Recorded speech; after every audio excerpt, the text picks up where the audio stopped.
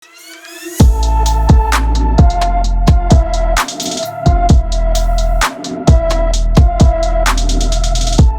pemirsa Autoviva dan 100kpj.com, ketemu lagi dengan saya. Saat ini saya sedang berada di kawasan BSD, tepatnya dekat ICE. Nah, saya mendapatkan kesempatan untuk mencoba langsung mobil listrik pertama Toyota yang dijual di Indonesia. Ini namanya Toyota BZ4X yang resmi diluncurkan oleh PT Toyota Astra Motor pada tanggal 10 November 2022. Mobil ini pertama kali diperkenalkan oleh produsen mobil Toyota itu di ajang Gaikindo Indonesia International Auto Show. Mobil ini juga didatangkan ke Indonesia bukan sekedar untuk dijual ke masyarakat, pemirsa. Mobil ini juga menjadi salah satu alat transportasi yang dipakai di KTT G20 Bali, di mana seperti diketahui bahwa PT Toyota Astra Motor mendatangkan Toyota BZ4X ini sebanyak 143 unit. Tapi yang dipakai sama pemerintah hanya 43 unit, pemirsa. Jadi sisanya itulah yang akan dijual ke masyarakat untuk di tahun ini. Yang menariknya lagi, pemirsa, ternyata mobil listrik pertama Toyota ini dibanderol cukup tinggi loh.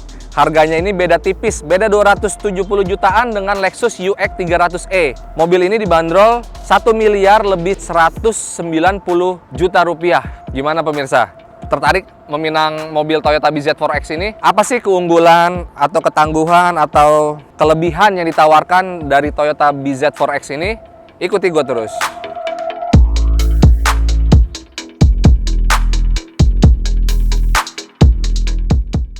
Selayaknya mobil listrik pada umumnya, pemirsa, Toyota BZ4X ini tidak memiliki grill atau jaring-jaring untuk lubang udara yang masuk ke dalam ruang mesinnya, karena kan nggak pakai mesin, pemirsa. Dia cuma pakai motor listrik sama pakai baterai.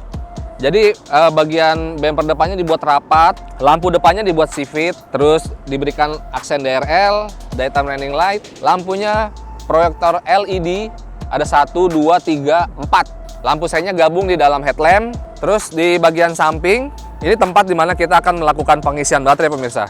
Tinggal ditekan saja. Nah, di sini pengecasan Toyota BZ4X ini bisa digunakan dengan dua tipe, yaitu DC atau AC. Untuk AC, minimal listrik yang dibutuhkan itu sekitar 3.300 watt.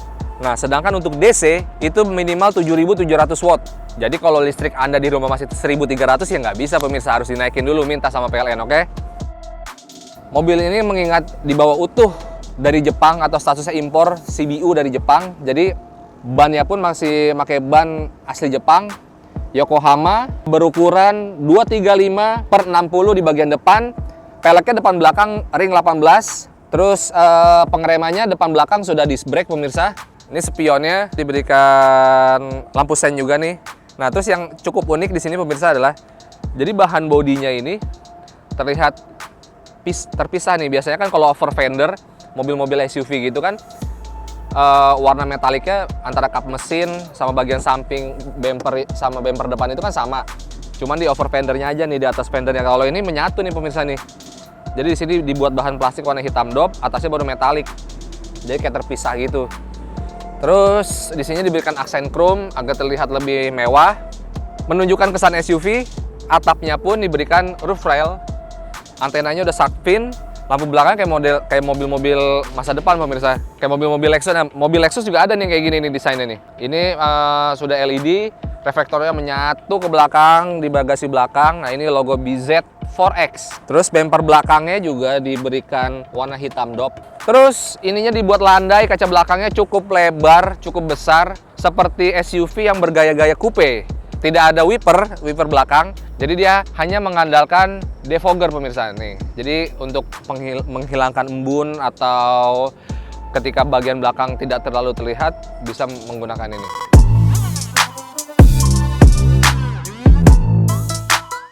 Nanti gue megang handphone, gue mau ngasih tahu doang nih.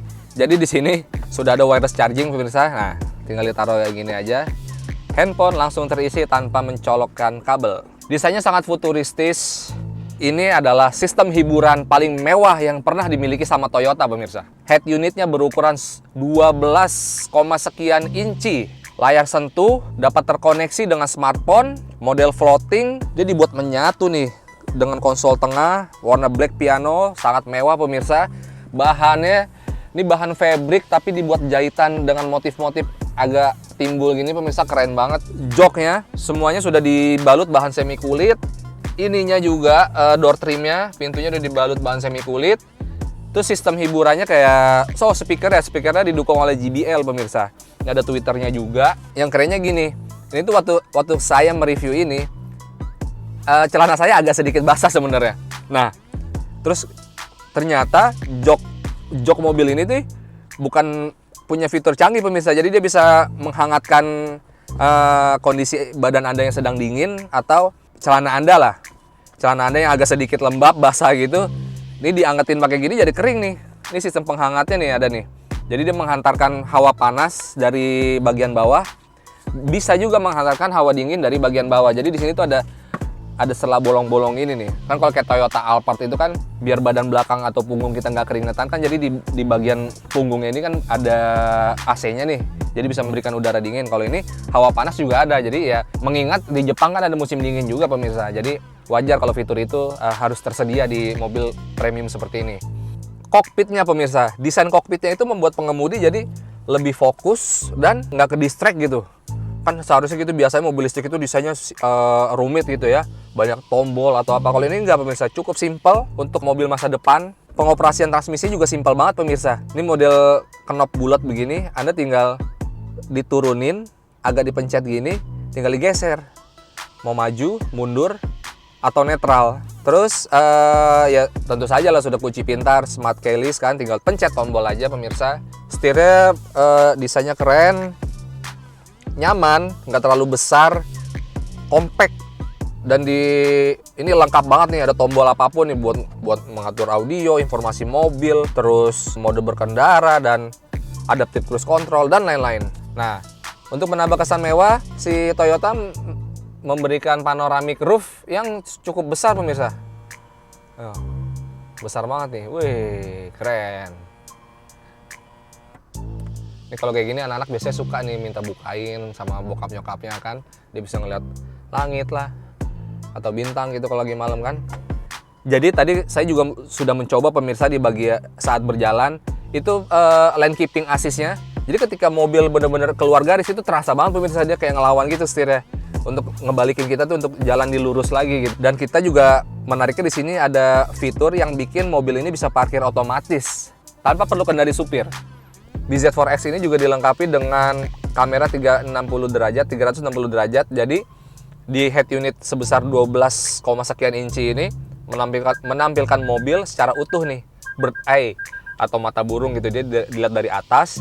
Mobil ini terlihat ada di mana gitu. Di depannya ada mobil, di kirinya ada objek apa, di belakangnya ada apa, di sebelah kanannya ada apa. Jadi terlihat jelas pemirsa. Dan ini juga secara otomatis bisa menyala nih ketika kita lagi berhenti di lampu merah.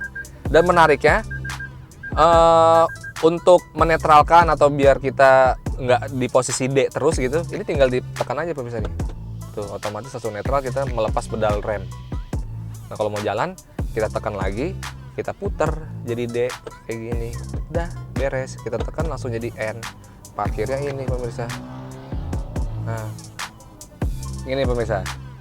Tadi kita tinggal menekan tombol dengan logo P dan logo setir untuk parkir otomatisnya. Ini kan ada kotak nih, 3 nih. Nah, kita pilih yang ini. Kita bisa pilih yang ini, kita bisa pilih yang ini. Tapi gue pengen parkir yang di sini. Oke. Kita pencet start. Lihat. Mobil bergerak sendiri. Dan gue juga nggak nekan pedal gas atau nekan pedal rem. Tuh lihat setir ya, muter sendiri.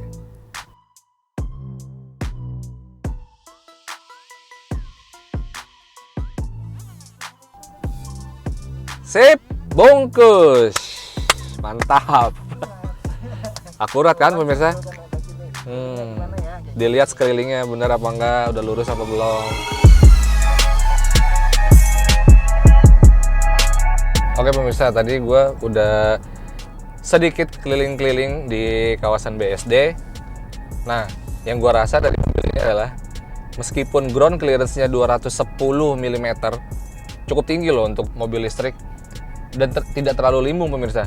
Perpaduan suspensinya juga enak nih. Terus saat melewati jalanan yang tidak begitu rata gitu, dengan permukaan yang tidak rata, suspensinya nggak terlalu keras dan tidak terlalu empuk juga nih.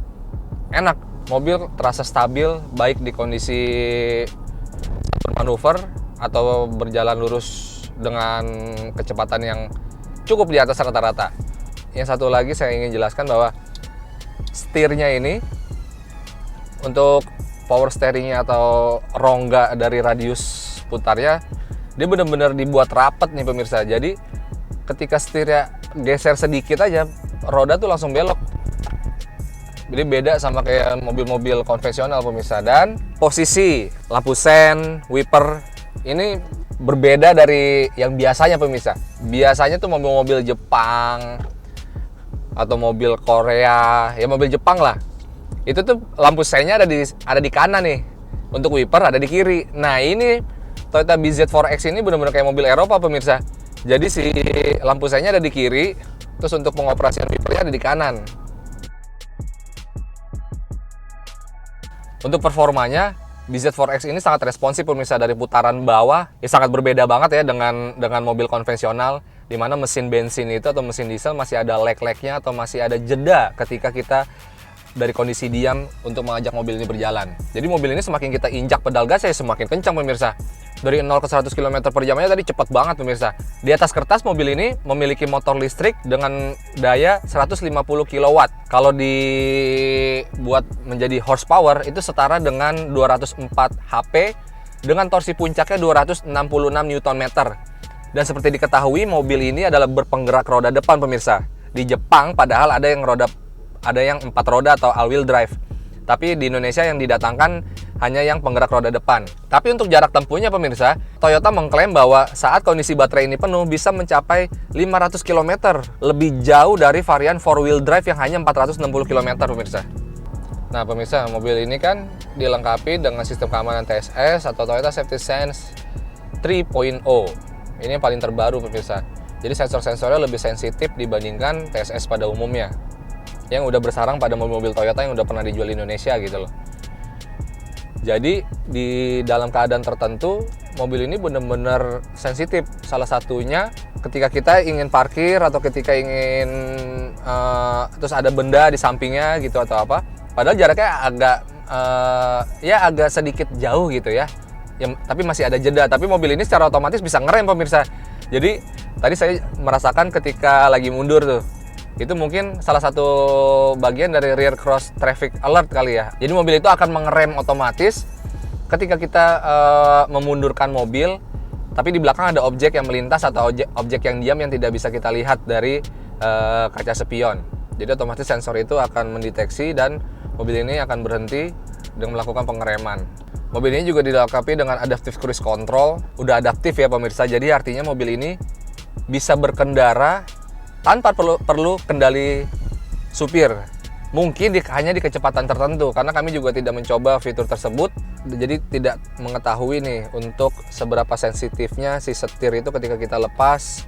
Terus kita juga tidak perlu menginjak pedal gas atau pedal rem. Jadi mobil secara otomatis mengikuti kecepatan mobil yang ada di depannya. Seharusnya fitur adaptive cruise control seperti itu cara kerjanya. Tadi sedikit terkejut. Ternyata mobil ini juga dilengkapi dengan emergency braking system. Jadi ketika pengemudi lengah, mobil ini akan melakukan pengereman otomatis untuk mencegah benturan dengan kendaraan di depannya. Tapi karena tadi kecepatannya cukup tinggi, jadi mungkin fitur pengereman otomatis itu terlalu dalam pemirsa. Jadi bikin apa ya? Ya pokoknya terlalu dalam lah, terlalu ngagetin gitu, nggak smooth.